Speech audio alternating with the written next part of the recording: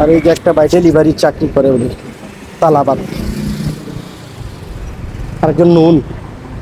অনেক গরম, তো গরম থাকলেও আমরা অবশ্য গরম কম, কিন্তু বিশেষ করে বাইরে যারা চাকরি করে, যেমন এই যে ডেলিভারি বয়টাকে দেখাইলাম, কিন্তু এই যে লুক, এই যে দেখাইলাম যে ডেলিভারি বয়টা দাঁড়ায় রয়েছে মোটর সাইকেল নিয়ে, এরকম গরমের মধ্যে ক্লিনারের কাজ বা অন্য অন্য যে কাজ আছে বাহিরের কাজগুলো, এগুলো অনেক কষ্ট। হ্যাঁ, এই যে একটা ভাই আসতেছে সাইকেল নিয়ে, উনি ডেলিভারি বয়ের কাজ করে, সাইকেল দিয়ে ডেলিভারি দেয় উনি। হ্যাঁ, এরকম অনেক ভাই আছে।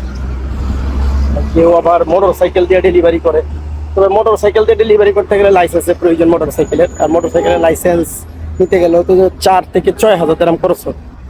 আর যদি ইয়া দিয়ে আনে, কি বলে, মোটর সাইকেল দিয়ে, সাইকেলের জন্য প্রয়োজন নেই।